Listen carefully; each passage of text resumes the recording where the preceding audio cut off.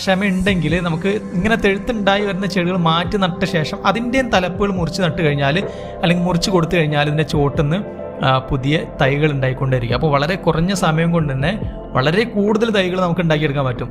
അപ്പോൾ സാധാരണ നഴ്സറികളിലൊക്കെ ചെയ്യുന്നൊരു ടെക്നിക്കാണിത്. അപ്പോൾ പെട്ടെന്ന് തൈകൾ ഉണ്ടാക്കിയെടുക്കാൻ ഒരു ടിഷ്യൂ കൾച്ചർ പോലെ ചെയ്യാൻ പറ്റിയൊരു ചെടിയാണിത്. അപ്പോൾ ടിഷ്യൂ കൾച്ചറിൻ്റെ ആവശ്യമില്ലാതെ ടിഷ്യൂ കൾച്ചർ പോലെ നമുക്ക് ഒരുപാട് തൈകൾ വളരെ കുറഞ്ഞ സമയം കൊണ്ട് എന്തെങ്കിലും ഉണ്ടാക്കിയെടുക്കാം. അപ്പോൾ ഇങ്ങനെ ഒരുപാട് തൈകൾ ഉണ്ടാകുമ്പോൾ നമുക്ക് നമ്മുടെ വീട്ടുമുറ്റത്തൊക്കെ ചെയ്യാൻ ഇഷ്ടംപോലെ തൈകൾ നമുക്ക് കിട്ടും. ഗേറ്റ് മുതൽ വീടിൻ്റെ മുറ്റം വരെയുള്ള ഭാഗങ്ങൾ 2 സൈഡിൽ നമുക്ക് നല്ല രീതിയിലൊരു ബോർഡർ ഗ്രാസ് പോലെ ഈ ചെടി വെക്കാം.